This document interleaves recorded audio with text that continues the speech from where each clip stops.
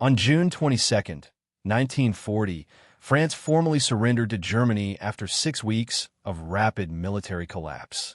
With continental Europe under Nazi control, the United Kingdom stood as the last major power actively opposing Adolf Hitler. The German objective shifted toward eliminating Britain's capacity to continue the war and forcing a negotiated peace. Adolf Hitler ordered the preparation of Operation Sea Lion, a cross-channel invasion of southern England, which required air superiority over the English Channel and southeastern Britain. The Luftwaffe, under the command of Reichsmarschall Hermann Göring, was tasked with destroying the Royal Air Force, RAF, fighter command, and its supporting infrastructure. German intelligence estimated that the RAF possessed about 700 serviceable fighters, mainly Hawker Hurricanes and a newer Supermarine Spitfires. The Luftwaffe could deploy more than 2,600 aircraft, including Messerschmitt Bf 109 fighters and Dornier Do-17, Heinkel He-111, and Junkers Ju-88 bombers. German planners assumed that sustained aerial attacks could crush Britain's air defenses within weeks. The RAF Fighter Command, led by Air Chief Marshal Sir Hugh Dowding, was organized into 4 groups covering different sectors of Britain. Its defensive system relied heavily on radar, chain home, stations along the coast, an integrated command network at Bentley Priory, and a ground observer corps. This network enabled rapid interception of enemy formations and efficient coordination between squadrons. The first phase of the battle began on July 10, 1940, when German aircraft attacked British coastal convoys and channel ports in what the Luftwaffe designated as Kanalkampf, channel battles. The purpose was to draw the RAF into combat and wear down its strength. Over the next weeks, engagements occurred daily along the southern coast, with both sides claiming heavy victories. In reality, losses were roughly balanced. Between July 10th and August 7th, the RAF lost approximately 150 fighters, while the Luftwaffe lost around 220 aircraft. Despite Germany's numerical advantage, several operational challenges emerged. The limited range of the Bf 109 restricted escort coverage deep over British territory, and bomber formations frequently operated without adequate fighter protection. Meanwhile, RAF pilots could land, refuel, and rearm within minutes, allowing rapid redeployment. These early engagements provided the RAF with valuable combat experience and highlighted the effectiveness of Britain's radar-guided defense network. By early August 1940, Göring concluded that the destruction of RAF Fighter Command's airfield was essential for success. He initiated Adlerangriff, Eagle Attack, a concentrated campaign to eliminate the RAF's operational capacity and open the path for Operation Sea Lion. On August 8, 1940, the German High Command formally initiated Adlerangriff, Eagle Attack, the main offensive phase of the Battle of Britain. The objective was to destroy the Royal Air Force Fighter Command's ability to defend southern England. The campaign was directed by Luftflotte II under General Feldmarschall Albert Kesselring, operating from bases in northern France and Belgium, and Luftflotte III, commanded by Hugo Spurl, operating from western France. The first major assault took place on August 13, 1940, designated Adlertag, Eagle Day. More than 1,400 German aircraft were deployed in coordinated attacks against airfields, radar stations, and aircraft factories across southern England. Adverse weather caused confusion and disrupted formation timing, resulting in less concentrated strikes than planned. Even so, the Luftwaffe inflicted serious damage on several RAF installations, including airfields at Hawkinge, Manston, and Biggin Hill. The British radar stations at Ventnor and Poling were temporarily disabled, but most were repaired within hours due to redundancy in the radar network. Throughout mid-August, the Luftwaffe shifted tactics from targeting convoys to attacking RAF sector stations and maintenance facilities. The German plan was to exhaust fighter command by forcing continuous defensive engagements. The Luftwaffe's bomber formations, consisting mainly of Heinkel He-111, Junkers Ju-88, and Dornier Do-17, operated at altitudes of 12,000 to 15,000 feet, escorted by Messerschmitt Bf-109 fighters. However, the limited fuel range of the Bf-109 restricted them to roughly 20 minutes of combat time over southern England. This constraint left bombers vulnerable during withdrawal phases. By August 18, 1940, both sides experienced their most intense day of combat, later referred to as the hardest day. The Luftwaffe lost approximately 69 aircraft, while the RAF lost 31. Several sector airfields, including Kinley and Biggin Hill, suffered heavy bombardment, but fighter command remained operational. The radar and command system enabled efficient resource allocation, preventing local losses from escalating into strategic collapse.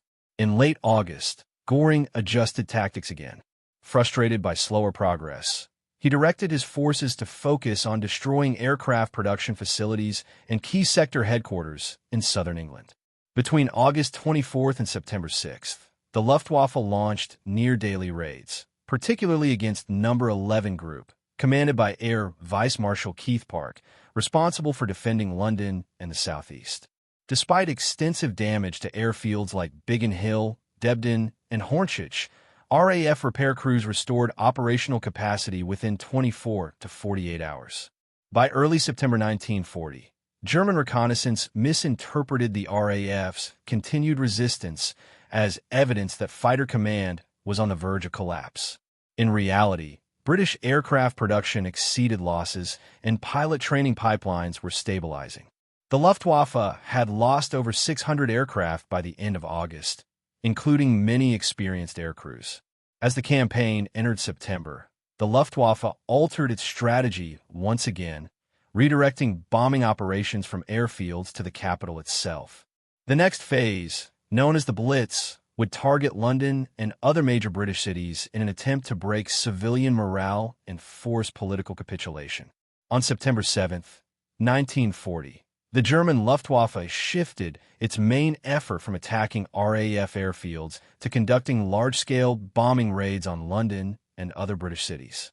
This transition marked the beginning of the period known as the Blitz. The change in strategy was ordered directly by Adolf Hitler and Reichsmarschall Hermann Göring, following the RAF's accidental bombing of Berlin on the night of August 25. Hitler demanded retaliation, believing that large-scale urban bombings could demoralize the British population and force the government to negotiate peace. The first major raid on London involved approximately 350 bombers, escorted by 600 fighters, primarily Messerschmitt Bf-109 and Bf-110 aircraft. The targets included the East End docks, oil depots, and rail yards. Fires spread rapidly across the city, and hundreds of civilians were killed. However, the bombing also provided the RAF with a critical reprieve. With the Luftwaffe's focus diverted from airfields, fighter command was able to repair damaged bases, redistribute squadrons, and restore operational readiness. During the second week of September, the Luftwaffe conducted continuous raids by day and night. The attacks were coordinated primarily by Luftflotte II under General Feldmarschall Albert Kesselring, using air bases in northern France. The RAF responded with a layered defense system, early detection through radar, coordinated interception by No. 11 Group under Air Vice Marshal Keith Park, and rapid reinforcement from No. 12 Group under Air Vice Marshal Trafford Leigh-Mallory. The largest single daylight operation occurred on September 15, 1940, later commemorated as Battle of Britain Day. Approximately 1,500 German aircraft crossed the Channel in two main waves targeting London. The RAF scrambled nearly all available squadrons, engaging the enemy across southern England. By the end of the day, the Luftwaffe lost around 60 aircraft, while the RAF lost 26. The scale of the German losses and the failure to achieve decisive results convinced Göring to scale back daylight raids. From late September onward, the Luftwaffe increasingly turned to night bombing, employing Pathfinder units equipped with navigation aids such as Nicobine radio beams. Cities including London, Liverpool, Birmingham, and Coventry were struck repeatedly. Although civilian casualties mounted, British industrial output remained largely unaffected and the population's morale did not collapse as German planners had predicted. Throughout October 1940, the RAF maintained effective defensive operations despite the continuous strain. New fighter aircraft were entering service faster than losses, and radar command systems continued to function. The German expectation that Britain's air defenses would collapse within weeks proved incorrect. Instead, the Luftwaffe faced unsustainable attrition rates, logistical exhaustion, and declining pilot quality due to combat losses. By the end of October 1940, the German High Command acknowledged that Operation Sea Lion, the planned invasion of Britain, could not proceed without air superiority. On October 31, 1940, the Luftwaffe officially suspended sustained daylight operations, marking the end of the Battle of Britain as a strategic campaign. After the failure to gain daylight air superiority by the end of October 1940, the Luftwaffe transitioned to a campaign of sustained night bombing across major British urban and industrial centers. This phase, known as the Blitz, lasted from November 1940 to May 1941. The objective shifted from the destruction of the Royal Air Force to the disruption of Britain's industrial production, transportation networks, and civilian morale. The first major night attacks began on November 14, 1940, targeting Coventry. Approximately 500 bombers dropped over 500 tons of high explosives and 36,000 incendiary bombs. The city's center, including armament factories and rail infrastructure, was devastated. The raid caused more than 550 civilian deaths and became a key example of the destructive capacity of area bombing. British intelligence later confirmed that the attack was coordinated using the German Nicobine radio navigation system, which guided bombers accurately in darkness. Following the Coventry raid, the Luftwaffe extended its operations to other industrial cities such as Birmingham, Sheffield, Bristol, and Liverpool. The attacks were carried out primarily by Heinkel He-111, Junkers Ju-88, and Dornier Du-17 bombers from bases in northern France and the Low Countries. Each aircraft typically carried a combination of high-explosive bombs to break roofs and incendiaries to ignite fires. The British response involved improved radar detection, anti-aircraft artillery, AA command, and the deployment of night fighter squadrons equipped with Bristol Beaufighter aircraft and early airborne interception, AI, radar systems. The London Blitz continued almost every night for 57 consecutive days between September and November 1940, and sporadically thereafter into the spring of 1941. The East End docks, power plants, and railway yards were repeatedly bombed. By December, over 20,000 civilians have been killed and 1 million houses damaged or destroyed in London alone. Despite the destruction, essential war production facilities, particularly in the Midlands and Northern England, continued to function, allowing Britain to sustain aircraft output and weapon manufacturing. In early 1941, Luftwaffe units expanded their operational range to include Clydebank, Glasgow, Belfast, and Plymouth. However, the growing deployment of radar-controlled anti-aircraft guns and more experienced British night fighter crews gradually reduced German effectiveness. The Royal Air Force also began launching retaliatory raids against German cities such as Berlin and Hamburg, marking the beginning of the long Allied strategic bombing campaign. By May 1941, German attention was turning toward preparations for Operation Barbarossa, the invasion of the Soviet Union. Consequently, many bomber units were redeployed to Eastern Europe. The final major raid of the Blitz occurred on May 10th to 11th, 1941, when over 500 bombers struck London, causing approximately 1,400 deaths and destroying the House of Commons and several historic landmarks. After this date, the Luftwaffe significantly reduced its bombing operations over Britain. The Blitz had failed to achieve its objectives. Britain's government, economy, and population remained functional, and fighter command retained full operational capacity. The attempt to force a British surrender through air power alone had conclusively failed. By the end of May 1941, the German air offensive against Britain had effectively concluded without achieving its primary objectives. The Luftwaffe failed to destroy the Royal Air Force Fighter Command, did not secure air superiority over southern England and consequently rendered Operation Sea Lion, the planned invasion of Britain, unfeasible. From a strategic standpoint, the Battle of Britain marked the first major defeat of Nazi Germany's military campaign during the Second World War. Between July and October 1940, the Luftwaffe lost approximately 1,733 aircraft, including more than 1,000 bombers and dive bombers, and over 2,500 aircrew were killed or captured. The RAF lost around 1,015 aircraft, with about 500 pilots killed. Although British losses were significant, the RAF maintained operational capacity throughout the campaign due to effective repair networks, efficient aircraft production, and rapid pilot replacement systems. British industry produced an average of 500 new fighters per month during the battle, surpassing German estimates and ensuring numerical stability despite high attrition. The RAF survival was largely credited to its integrated air defense system, developed under Air Chief Marshal Hugh Dowding. This system linked radar detection, chain home, ground observers, centralized command at Bentley Priory, and real-time communication with fighter squadrons. The model became a foundation for modern air defense doctrines. German planning suffered from inadequate intelligence and logistical assumptions. The Luftwaffe underestimated both the resilience of the British radar network and the production capacity of the British aircraft industry. Furthermore, limited fuel range of the Messerschmitt Bf 109 restricted effective escort coverage over England, exposing bombers to concentrated defensive fire.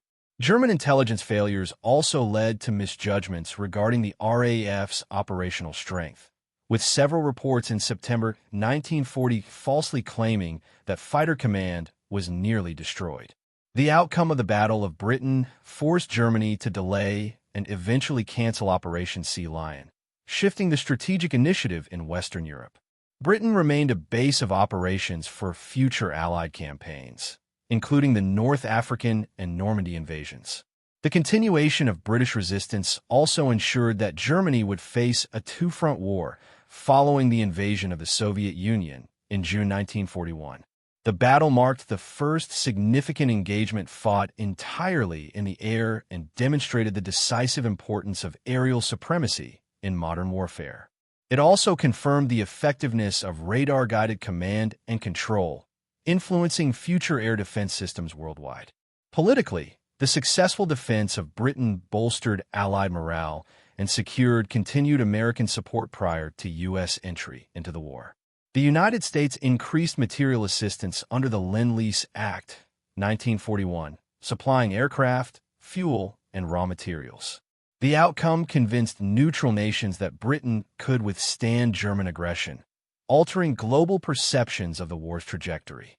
By early 1941, Germany redirected resources toward the Eastern Front, leaving Britain secure from invasion. The failure to defeat the RAF marked the first strategic turning point of the Second World War, ensuring that Nazi Germany would never again achieve total dominance in Western Europe. The Battle of Britain remains one of the most studied air campaigns in military history due to its technological, strategic, and geopolitical implications. Although relatively limited in duration compared to other campaigns of the Second World War, its outcome shaped the course of the entire conflict.